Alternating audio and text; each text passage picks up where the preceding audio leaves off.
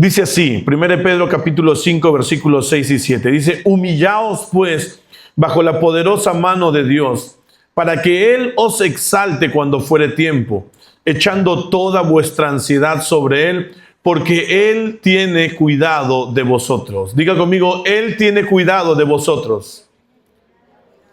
Ahora mire al que está a su costado y dígale, Él tiene cuidado de ti. Amén. ¿Lo cree? ¿Lo cree? ¿Y cómo te sientes cuando vienen momentos difíciles, problemas en tu vida? Cuando de pronto se malogra algo que no querías que se malogre, por lo menos no tan rápido, no esperabas que se malogre. Cuando te roban algo que te ha costado tanto esfuerzo, cuando de pronto te enfermas con una enfermedad que no esperabas. Bueno, las enfermedades no las esperamos, pero ¿cómo te sientes ahí? ¿Crees todavía que Él tiene cuidado de ti? Uy, bajaron los amenes. Y es que la verdad es que la mayoría de nosotros creemos en un Dios que nos debe guardar y proteger, que no nos toque ni una pluma. ¿No es cierto? De alguna manera el cristianismo moderno se ha hecho así, se ha formado. Yo no sé en qué momento, no sé lo que, no entiendo qué es lo que hemos podido estar predicando, que los cristianos modernos hoy en día tienen una especie de repulsión a la adversidad, a las situaciones difíciles. Y yo entiendo, a nadie le gustan las situaciones difíciles. ¿Estamos? A nadie le gusta. ¿A cuántos le gustan las situaciones difíciles? Levanten la mano a los que les gusta. Ay, a menos mal, no tenemos ningún masoquista acá. Mi hermano Rafael, que estuvo en la mañana, no le gustó lo que ha pasado, pero ha podido aprender. Diga conmigo, aprender. Fíjese, ha podido aprender a pesar de la situación. Amén. Y mi hermano, usted y yo necesitamos aprender también de cada situación. Y este es el nombre de la serie que empezamos hoy día. Necesitamos aprender a descansar en el Señor. ¿Qué significa descansar en el Señor? Descansar en el Señor no significa echarte a dormir porque el Señor se encarga. No necesariamente es eso.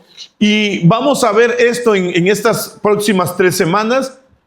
¿Qué es lo que significa descansar en el Señor? Porque usted y yo necesitamos aprender a hacer eso. Mi hermano, vivimos en un tiempo en el que la preocupación es sinónimo de responsabilidad, ¿sí? Y quien no se preocupa es porque no le interesa. Hacer las cosas no es suficiente. Si no estás preocupado, no te interesa.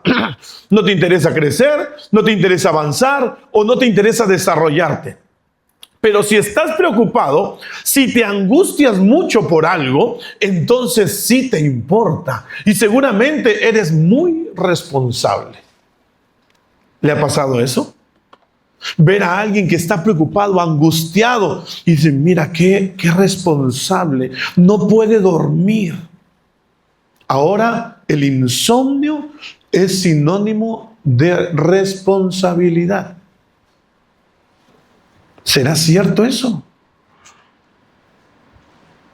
¿Cuánta gente no puede dormir preocupada? ¿Y sabe qué es lo peor? Que dice creer en Dios. ¿Por qué digo que es lo peor? Porque se contraría con lo que el salmista dijo, por ejemplo. El salmista podía dormir tranquilo porque ponía su confianza en el Señor. Amén.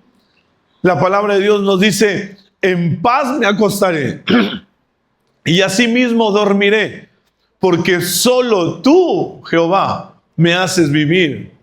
¿Me haces vivir? Dígalo fuerte, ¿me haces vivir? Confiado. ¿Confiado de qué? De que Él está al frente. De que tú y yo no estamos solos. Mi hermano, la preocupación, la ansiedad, el insomnio no es necesariamente muestra de responsabilidad. Por eso, mi hermano, no es de extrañar cuánta gente cansada, estresada y agobiada hay por todos lados.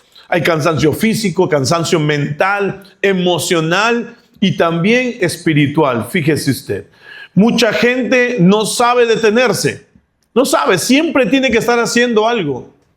Y el problema es que muchas veces las situaciones difíciles, adversas en tu vida, te muestran que ya no puedes hacer nada. Y como no pueden hacer nada físicamente, ¿qué hacen? Porque tienen que estar haciendo algo, se preocupan. Porque estar preocupado muestra que está interesado en algo. Gran mentira. Aún los creyentes, mis hermanos, pueden vivir salvos, son salvos, pero viven tensos. Están perdonados, pero viven cargados emocionalmente incluso por aquellos pecados de los que han sido perdonados. Son amados por Dios, pero viven turbados, como si no fuesen amados. No, es que no siento que Dios me ama, pastor. Yo veo que muchos sienten a Dios, pero yo no siento que Dios me ame, pastor. Es que no se trata de que sientas, se trata de lo que es en realidad, de lo que está sucediendo en verdad. ¿Está conmigo? Jesús es la muestra, el sacrificio de Jesús es la muestra de amor más grande que usted y yo hemos podido ver de parte de Dios, o hemos podido enterarnos, saber de parte de Dios. Y la palabra del Señor nos enseña que Él, nuestro Señor, vino a salvarnos. Pero esto no es solo para el futuro, en el cielo. El Señor no solamente ha venido a darnos salvación para llevarnos al cielo. Esto también esta salvación también tiene que ver, mi hermano, para este tiempo en la tierra. Implica una vida abundante que nos va a llevar a ti y a mí a hacer en la tierra lo que se hace en el cielo. ¿Lo crees? ¿Será que tú y yo podemos vivir aquí en la tierra como se vive en el cielo? Interesante. Hermano, la oración que el Señor nos enseñó dice: hágase tu voluntad, así en la tierra como en el cielo. Y es una oración, es una petición que el Señor mismo nos enseñó a hacer. Cuando usted ore, no se olvide: Señor, que se haga aquí en la tierra tu voluntad como en el cielo. Usted y yo somos la familia del Señor, que tenemos que mostrar aquí cómo es que se vive en el cielo. Uy, pastor, eso está difícil. No sería tan difícil si entendiéramos realmente el amor de Dios, lo que Él ha hecho por nosotros, y dejáramos de estar buscando ganarnos su aprecio, su perdón, su bendición. Hay muchos cristianos que andan buscando ganarse la bendición de Dios en vez de recibirla. ¿Cómo vas a poderla recibir si todavía estás queriendo ganártela? Y mientras busques ganártela, mientras no te sientas digno, no la podrás recibir. Amén. Mira que está a tu costado, dile: a alguien le están hablando. Hermanos, hoy día quiero hablarles de 3 principios necesarios para poder descansar en el Señor. ¿Ok? El tema de hoy, nuestra serie se llama Descansar en el Señor. ¿Qué significa eso? El tema de hoy es: descansar es confiar. Dile que está a tu costado: descansar es confiar. Entonces, para poder entender lo que significa el descanso en el Señor, el primer principio que tú y yo debemos entender y tomarlo bien en serio en nuestra vida es que Dios cuida de ti. Diga conmigo: Dios cuida de mí. Dile que está a tu costado: Dios cuida de ti. ¿Lo crees? ¿Lo crees? Mira lo que esto significa, la palabra que se traduce en el texto que acabamos de leer. Porque Él tiene cuidado de vosotros. Esa palabra que se traduce como cuidado viene del griego melei. Y significa que le importa, se preocupa activamente, le interesa profundamente. ¿Quién? Una persona. O sea, en otras palabras, esto significa que tu vida le importa de manera real y personal a Dios. Cuando dice aquí que Él tiene cuidado de vosotros, quiere decir que a Dios le importa, a Dios le interesa de manera real y personal tu vida. ¿Lo puedes creer? Entonces ahí vienen las luchas en nuestra mente. Vienen luchas en nuestra mente porque decimos, si a Dios le importa mi vida de manera tan personal, ¿por qué deja Dios, por ejemplo, que el hermano Rafael haya ido a la cárcel? ¿Sí me dejo entender? Entra nuestra idea equivocada de que si Dios está con nosotros, entonces todo debe ser color de rosa. Hermano, el lugar donde no va a haber llanto ni dolor, ¿cuál es? ¿Cuál es? El cielo. En el cielo no habrá llanto ni dolor, pero aquí, mi hermano, todavía el enemigo tiene fuerzas de maldad que buscan socavar el reino de Dios. ¿Está conmigo? Aquí usted y yo tenemos el respaldo del Señor, el cual tiene a quien le ha sido dada toda autoridad. En los cielos y en la tierra le fue dada toda autoridad. Y usted y yo somos sus hijos, usted y yo somos sus representantes. Sin embargo, mi hermano, tenemos que movernos en fe, aprender a movernos en fe. Por eso es importante que usted y yo entendamos que Dios cuida de nosotros y que lo creamos a pesar de la adversidad que nos toque vivir a cualquiera de nosotros. ¿Qué es lo que implica que Dios cuida de nosotros? Jesús dijo, ¿no se venden 2 pajarillos por un cuarto? Con todo, ni uno de ellos cae a tierra sin vuestro Padre. Pues aún vuestros cabellos están contados. Así que no temáis, más valéis vosotros que muchos pajarillos. Fíjese lo que está diciendo el Señor Jesús. ¿No se venden 2 pajarillos por un cuarto? Para que los vendan tenían que haberlos cazado, ¿cierto? ¿Cierto? Con todo, dice, aunque se venden 2 por un cuarto, dice, con todo, ni uno de ellos cae a tierra sin vuestro Padre Celestial. Esto es lo que se llama la voluntad de Dios permisiva, le dicen algunos. ¿Qué quiere decir? Lo que Dios permite que tú y yo hagamos. Yo le llamo el libre albedrío. Lo que tú y yo elegimos hacer. ¿Está conmigo? Entonces yo elijo cazar palomas y me bajo unas 5 o 10 palomas y se las vendo a cualquiera de ustedes que quiera hacer tallarines con paloma. Y fíjate, eso Dios lo permitió. ¿Está conmigo? Y el Señor Jesús toma ese ejemplo para que sepan, dice, hey, ninguno de esas aves ha podido ser cazada si no fuera por la voluntad del Padre. El Padre ha permitido, ha aceptado eso. Tu libre albedrío. Dile al que está a tu costado, Dios acepta tu libre albedrío. Y dice después en el versículo 30, pues aún vuestros cabellos, aquí ya se enfoca en nosotros. Pasa eso con las avecillas y Dios lo sabe. Dice, pues aún vuestros cabellos están todos contados. O sea, ¿tú te lavaste la cabeza hoy día? ¿Se te cayó un mechón de cabello? Dios lo sabe. 10 pelos menos. ¿Sí? Dios lo sabe. Y escúchame bien, dice, así que no temáis. Dile al que está a tu costado, no temas. Más vales tú que esos pajarillos. Ese es el asunto. Si tú crees que Dios cuida de nosotros, entonces tienes que reconocer que Dios se interesa por lo que te pasa. A Dios le importa lo que te está pasando. El tema es cómo es que tú y yo tenemos actitudes de queja contra Dios, sabiendo que a Él le importa lo que yo estoy pasando. Entonces nos volvemos como niños malcriados que simplemente nos quejamos y renegamos cuando nos salen las cosas mal. Y ojo, la mayoría, si no todas, pero la gran mayoría de las cosas feas que has pasado son por tus malas decisiones. Así que deja de echarle la culpa a Dios. Son por cosas que tú has elegido hacer o no hacer. ¿Para qué le echas la culpa a la gente?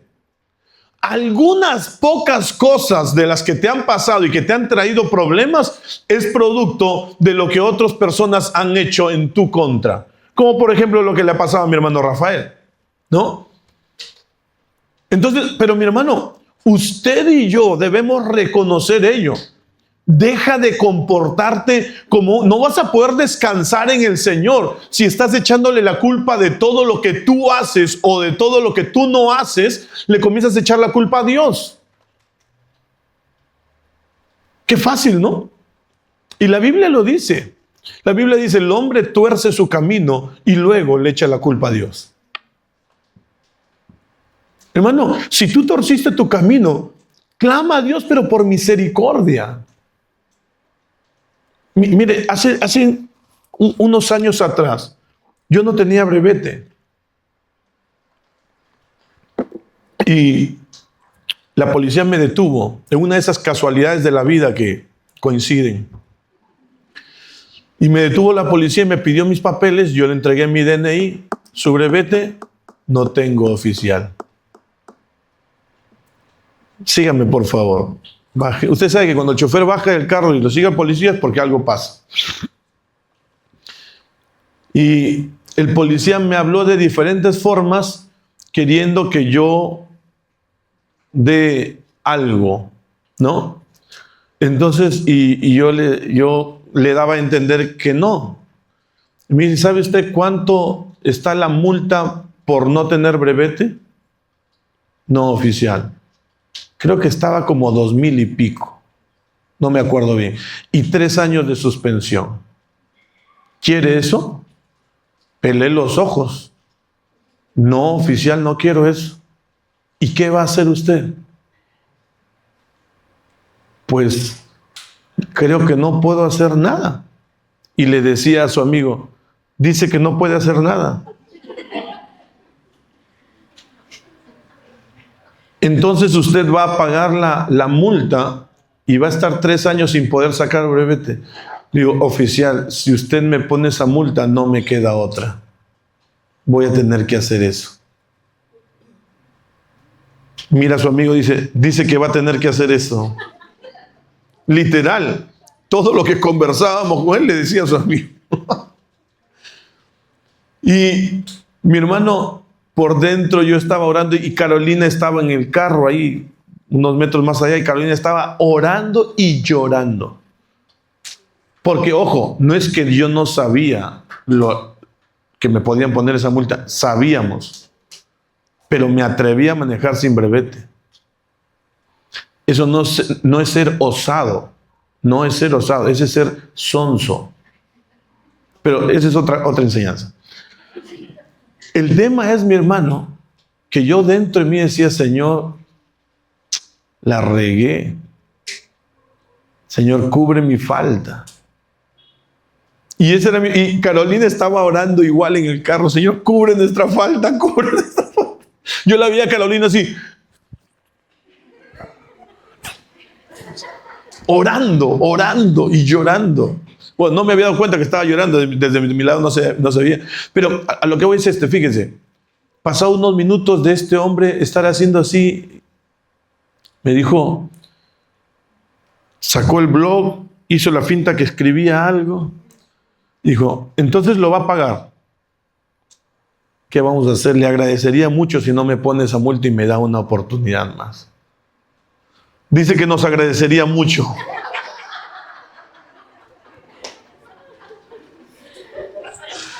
Hermanos, el hombre hizo una finta más, se acercó al carro, dejó el blog, me entregó mi DNI y el otro documento que teníamos que no me acuerdo qué era.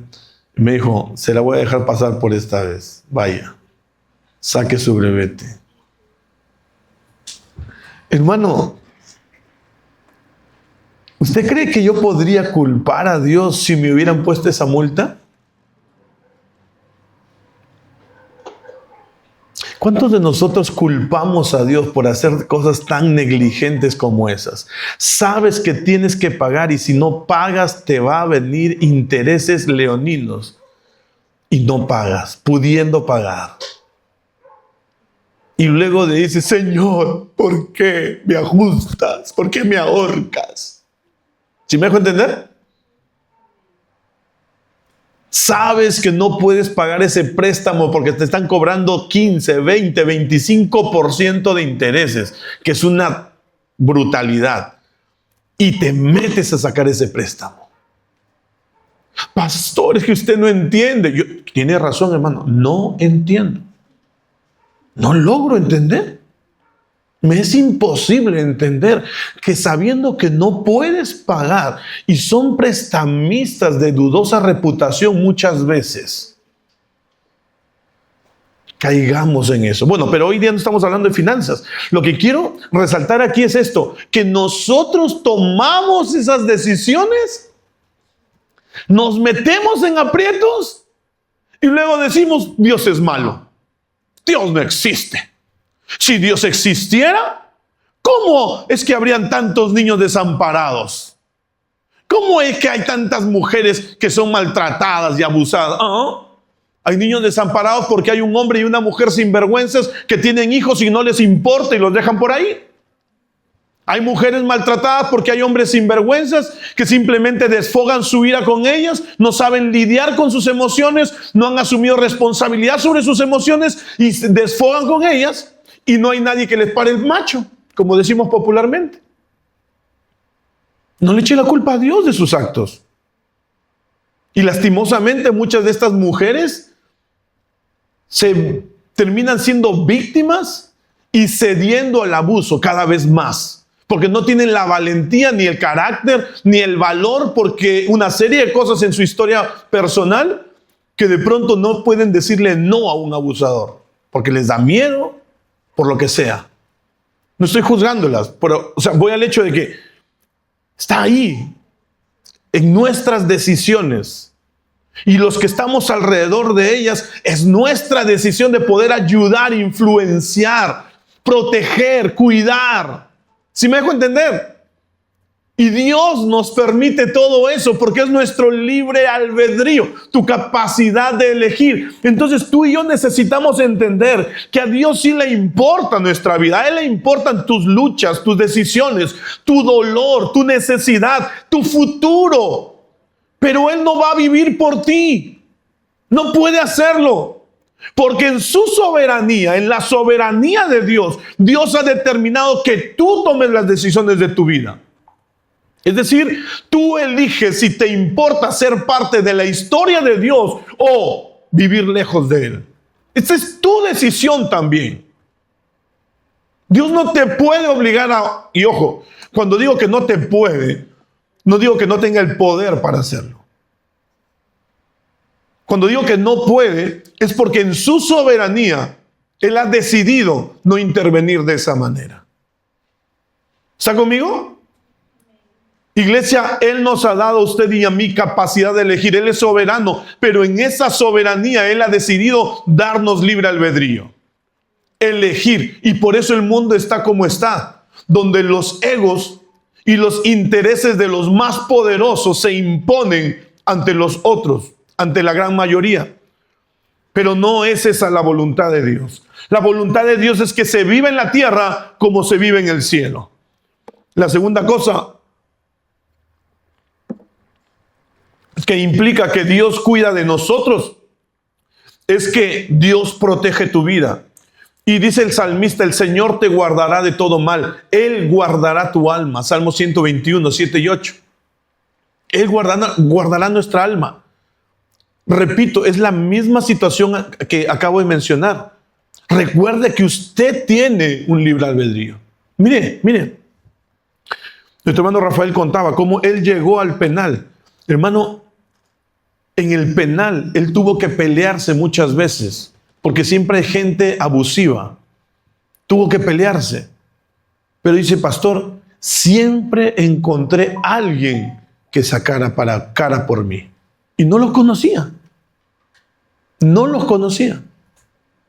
La misma gente que me buscó pleito en un principio, con el transcurrir de las semanas y los meses, y que él estaba agobiado por la muerte de su esposa y por todo el problema que esto le había acarreado, eran las mismas personas que después trataban de hacerlo sentir bien. Trataban de alentarlo, de animarlo. Ya vamos, alégrate hoy. A su forma, claro, ¿no? Mire, Dios siempre proveyendo de personas a tu alrededor que puedan que se acerquen, que puedan llevarte un mensaje de salvación. Algunos de ustedes le han escrito cartas y dice, pastor, esas cartas me alegraban. No sabe cómo me animaban. Iglesia, cuando usted y yo entendemos que Dios protege nuestra vida y que el que Dios proteja nuestra vida no le quita el libre albedrío de los demás. ¿Está conmigo?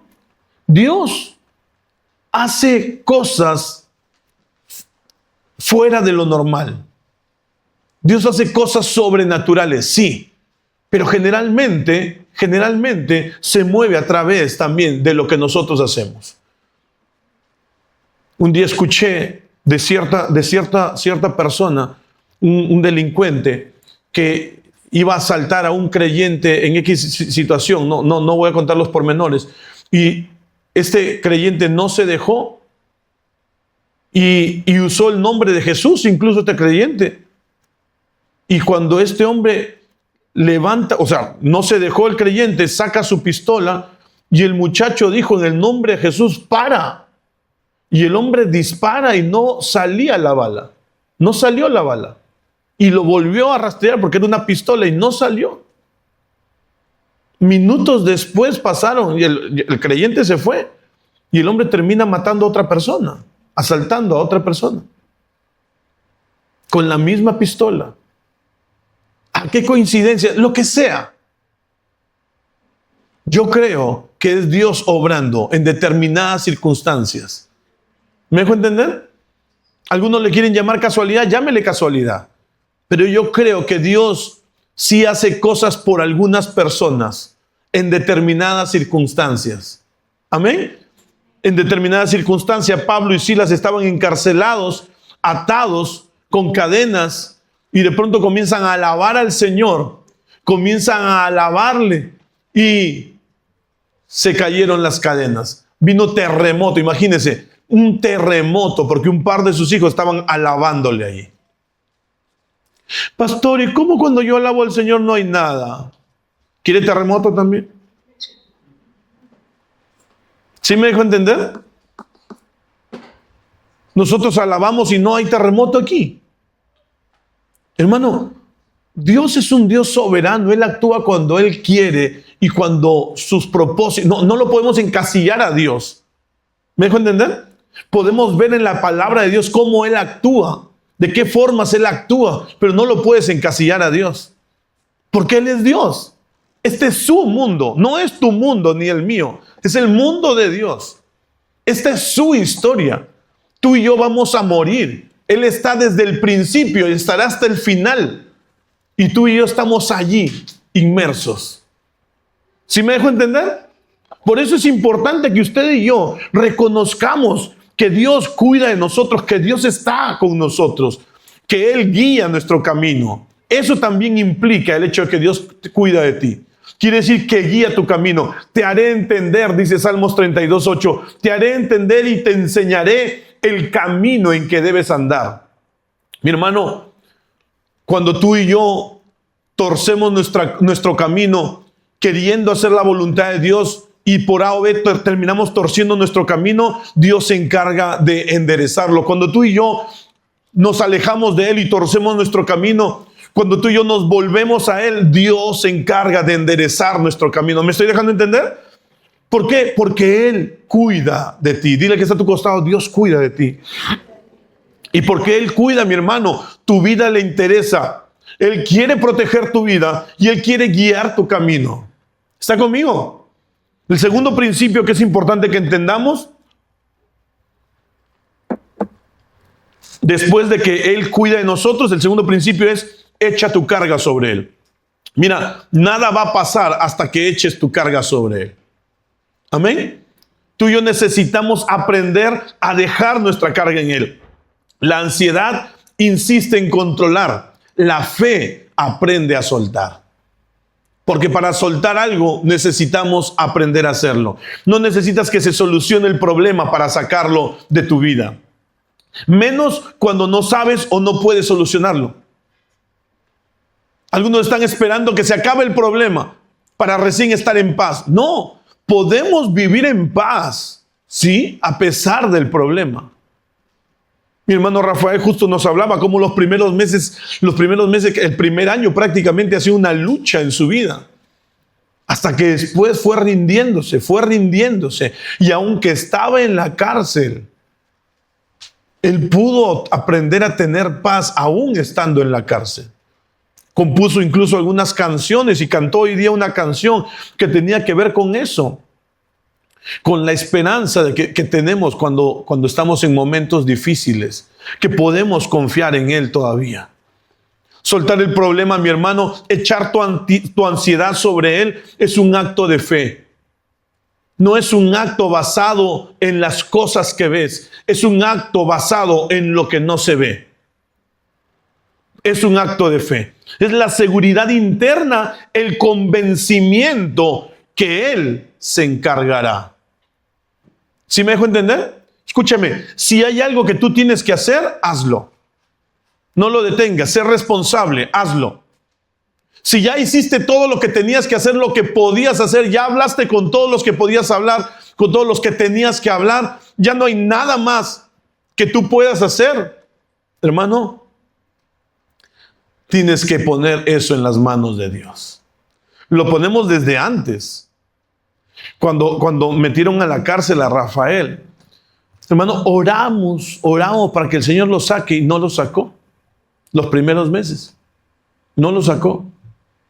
Y ha estado allí y seguíamos orando. Ayudamos económicamente de alguna manera,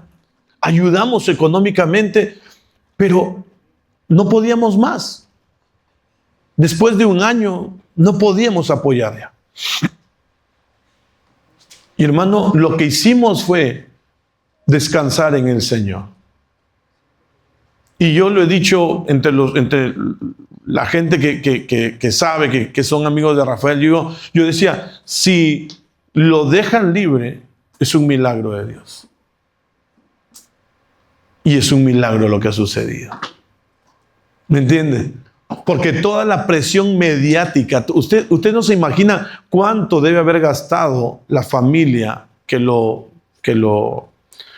acusó para pasar por los medios de comunicación todo lo que han pasado. Lo han destruido en los medios de comunicación. Y yo entiendo su dolor. Hay cosas que no puedo entender. Entiendo su dolor. Pero mi hermano, ha sido un peso mediático tremendo. Y Dios, sin que nosotros lo supiéramos, iba haciendo su trabajo. No hemos tenido probablemente la abogada más cara, ni tal vez la más reconocida en el ámbito penal, pero ha hecho el trabajo que tenía que hacer. Y Dios ha sido con tanta gracia para con él y para con este caso, que de pronto cada una de las cosas que la fiscalía puso, mi hermano, se fueron cayendo. Porque eran cosas solamente ideas, planteamientos de ellos. ¿A qué voy con esto, mi hermano? ¿A qué me refiero con esto? Con esto me refiero, iglesia, a que mientras tú y yo, mientras estaba preocupado, me angustiaba y me ponía más ansioso por qué es lo que pasaría, Rafael, cómo solucionarían las cosas. Y yo no podía hacer más. Y mi corazón se angustió, se llenó de temor. Tuvimos que aprender a dejar el asunto. ¿Está conmigo? Tienes que aprender a dejar tu carga, porque no hay más que tú puedas hacer. No, pastor, si hay algo, hazlo entonces. Si hay algo, hazlo. Y algunos hacemos esto. Bien, Dianecita, ven. Diane va a ser como Dios y yo como cualquiera de nosotros, ¿ok? Y el micrófono va a ser como el problema, ¿sí? Entonces decimos nuestra carga, ¿estamos? Entonces nosotros decimos, Señor, te entrego mi problema. Recíbelo, Señor. Toma mi problema, te lo doy. Señor, tómalo. Toma mi problema, en el nombre de Jesús, lo suelto mi problema. Y no hay cuando lo sueltes. Tú dices, lo suelto, pero sigues pensando, sigues calculando, sigues sintiéndote mal, sigues sintiéndote terrible. Pastor, es que no puedo dejar de pensar. Es que no se trata que dejes de pensar, no vas a dejar de pensar. Sigue agarrando, pues, hija. No se trata de que dejes de pensar, se trata de que pienses de otra manera. Cuando viene el pensamiento, Señor, tú eres el dueño. Este es tu problema ahora. ¿Sí me dejo entender? No se trata de dejar de pensar en el problema, porque no vas a dejar de pensar. Lo que vas a dejar es de agobiarte. Amén. Dile al que está a tu costado, puedes dejar de agobiarte. Gracias, ahora sí. Necesitas soltarlo. Necesitas soltar el problema. Y para soltar el problema es cuando necesitas aplicar fe. ¿Por qué? Porque solamente creyendo que Dios cuida de ti y solamente creyendo que Dios quiere hacerse cargo de tu situación, es que vas a poder soltar. Entonces, en ese momento, cuando lo sueltas, y va a venir la idea, y ahora, Señor, es tu problema. Señor, tú eres el que está a cargo. Juan capítulo 14, versículo 27 dice, no se turbe vuestro corazón. Salmos 23:1 dice, Jehová es mi pastor, nada me faltará. Salmos 46:10 dice, estad quietos y conoced que yo soy Dios. Y comienzas a ver la palabra de Dios, qué es lo que dice. Y esto es algo que tiene que ver para que tú y yo soltemos. ¿Qué cosa? Llenar tu mente con la verdad. Llena tu mente con la verdad. No se trata de no pensar, se trata de pensar de otra manera. De eso se trata. Pero si estás acostumbrado a ver Magali, a ver los noticiarios, hermano, perdón. Con la situación que le pasó a mi hermano Rafael, yo dejé de ver noticieros. Porque dije, si pueden hablar tantas mentiras, si el reportaje que le hicieron a él fue un desastre y basado en puras conjeturas que ellos se imaginaban, si pueden, y lo presentan como si fuera una verdad. Lo presentaron como si fuera una verdad. Entonces yo digo, si pueden hacer eso, ¿cuántas de las cosas que nos presentan son así? Entonces esos noticieros no tienen nada de objetivos, no son profesionales, simplemente están contratados. Dejé de ver noticias, hasta ahora no veo noticias, desde hace 1 año y 8 meses. No veo noticias. Veo algunas por YouTube, de otras maneras, pero no entro a ver esos noticieros. Porque no son confiables. Escúcheme, Dios es confiable. En Dios sí puedes confiar. Pero necesitas llenar tu mente con la verdad. Con eso necesitas llenar tu mente. Deja de llenar tu mente con las cosas que ves por la televisión, que los noticieros te meten miedo. Te ven qué va a hacer y comienza la ansiedad, la preocupación. Tú y yo estamos bajo el reino de los cielos.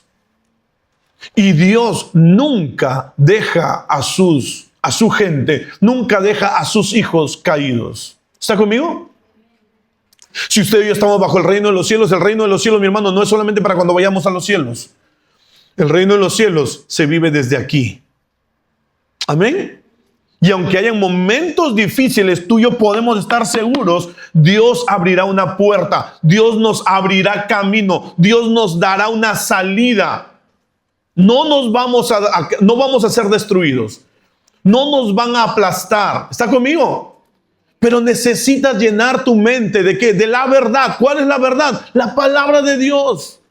Llena tu mente con la palabra de Dios. Para que tu mente cuando venga el problema lo confrontes. No, Señor, la Biblia dice que mi corazón no se turbe porque el Señor está conmigo. Y Señor, puedo confiar en ti. En ti está mi confianza. ¿Por qué lo digo? Porque la palabra de Dios me ha enseñado eso. ¿Está conmigo? La Biblia dice, Jehová es mi pastor, nada me faltará. Y el Señor es mi pastor, entonces nada me va a faltar. Señor, ahorita me falta esto de acá, provéeme.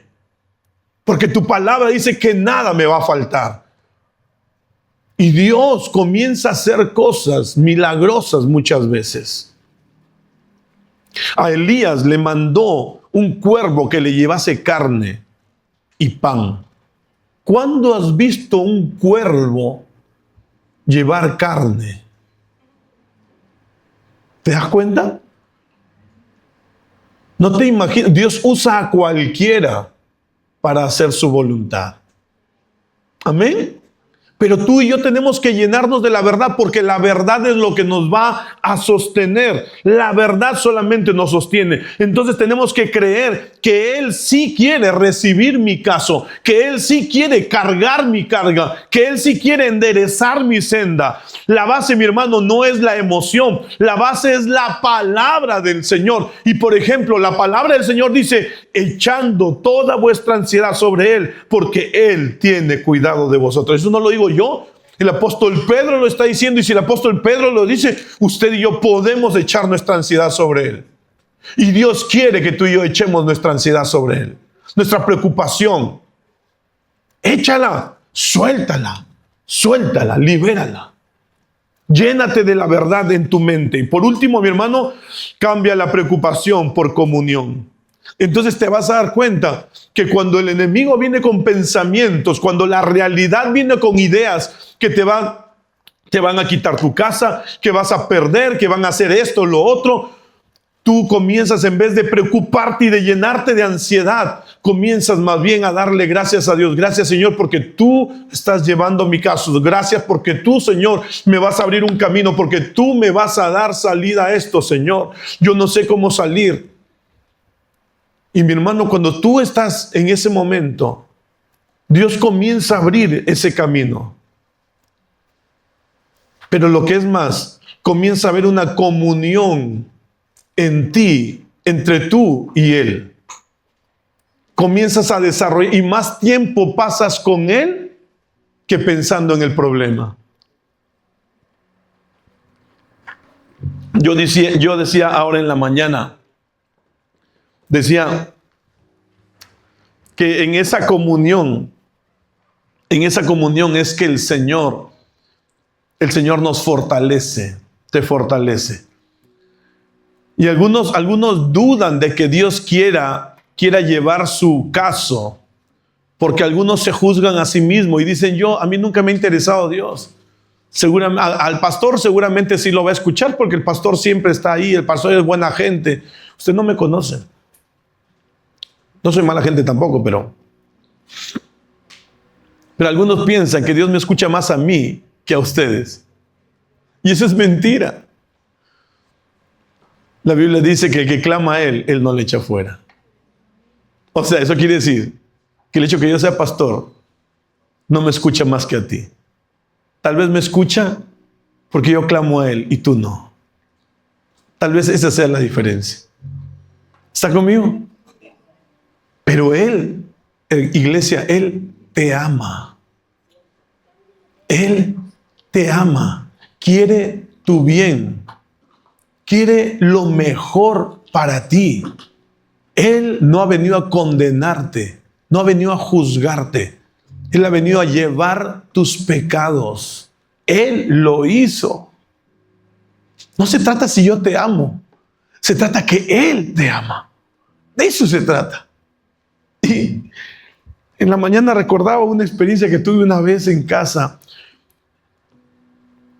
El Evangelio de Juan capítulo 3 versículo 16 es un texto bien conocido, me lo enseñaron cuando era pequeño en la iglesia. Dice, porque de tal manera amó Dios al mundo que ha dado a su Hijo unigénito para que todo aquel que en Él crea no se pierda, mas tenga vida eterna. De tal manera amó Dios al mundo que dio a su Hijo unigénito. Hermano, ese versículo no sé cuántas veces lo he leído, no sé cuántas veces lo he repasado, lo he buscado en la Biblia, lo he enseñado. Pero una vez cuando mis hijos estaban, creo que Matías ya tenía como 5 años, Leonardo tal vez, Santiago tal vez como 3, y Leonardo debe haber estado en su primer añito recién nacido. Pero me acuerdo que estaba estudiando la Biblia y vi este texto. Y dijo, de tal manera amó Dios al mundo que dio a su Hijo. Hermano, yo miré a mis hijos y pensé en los hermanos de la iglesia. Hermano, usted tiene que darle gracias a Dios.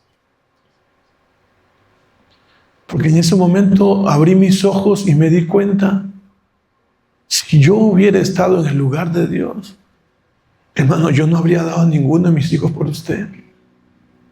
Créame.